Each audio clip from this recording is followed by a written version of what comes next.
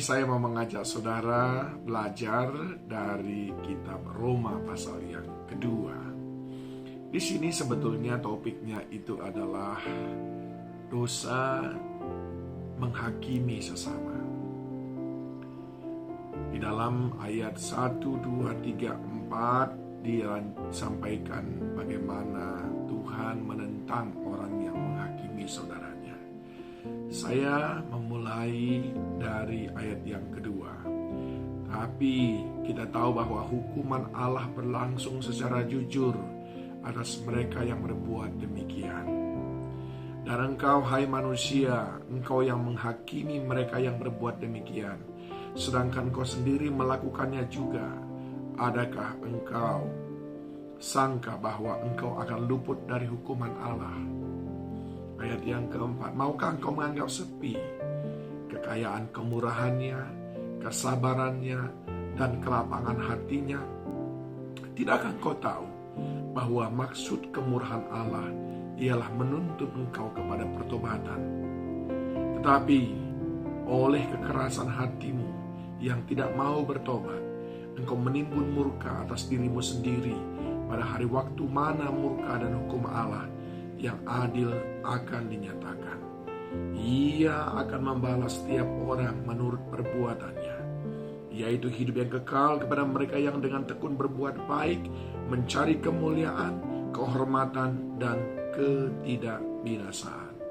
Tetapi murka dan geram kepada mereka yang mencari kepentingan diri sendiri, yang tidak taat kepada kebenaran, melainkan taat kepada kelaliman.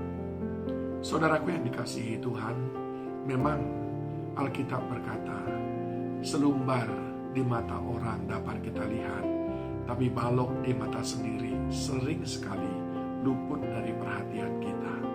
Kalau sudah demikian, maka kita tergoda untuk menghakimi orang lain, padahal kita sendiri melakukan hal yang sama, kata Paulus.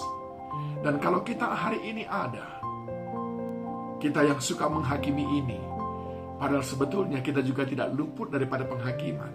Kalau kita ada, itu karena 3 hal, kata Paulus. Mengapa kamu lupakan itu, katanya. Apa yang Paulus maksudkan 3 hal ini? Ayat yang keempat. Yang pertama, kekayaan kemurahan Tuhan. Oh, benar saudaraku, karena kemurahannya kita ada pada hari ini. Sebetulnya kalau dia mengambil kalkulator, dia menghitung antara dosa pelanggaran kita dengan perbuatan baik kita, pastilah hasilnya akan minus. Tapi oleh karena kemurahannya, dia berkata, dosamu kuampuni, dan yang merah kubuat putih seperti kapas. Semuanya karena kemurahannya.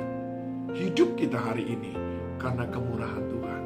Bahkan kalau kita bernafas hari ini, masih bisa ada di dunia ini pun karena kemurahan Tuhan.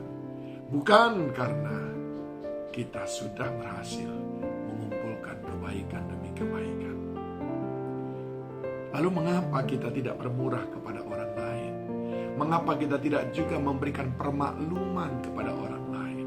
Orang yang murah hati adalah orang yang mudah melepaskan pengertian, orang yang mudah melepaskan pengampunan, orang yang mudah berkata, memang kita semuanya penuh kelemahan. Yang kedua, kita yang suka menghakimi ini masih ada hari ini, padahal kita semestinya juga dihakimi, adalah karena kesabaran Tuhan. Tuhan sabar menantikan kita untuk menyadari kekurangan kelemahan kita.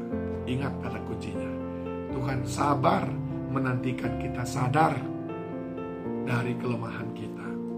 Kita merocos bicara tentang orang lain, padahal kita sendirinya seperti itu. Kalau manusia tadi langsung dia berkata, hei, kamu berkaca dulu.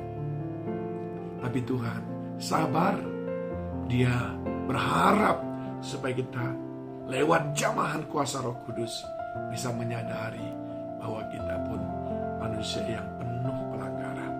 Dan yang ketiga, saudaraku, Kita yang suka menghakimi orang lain, padahal kita sendiri yang mestinya dihakimi. Namun sampai hari ini masih ada dan masih dikasihi oleh Tuhan.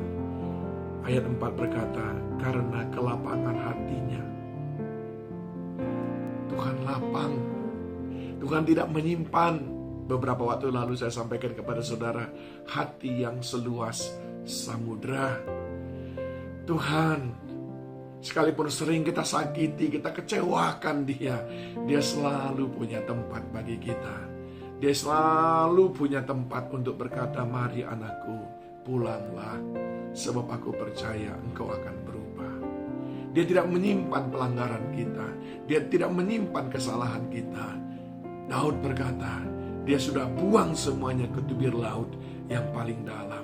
Sedemikian lapangnya hatinya, walaupun kita sering sekali menyakitinya, mengecewakannya. Dan itu yang dia inginkan untuk kita teladani. Dalam kita hidup bersama satu dengan yang lain, dia mau supaya kita juga kaya akan kemurahan.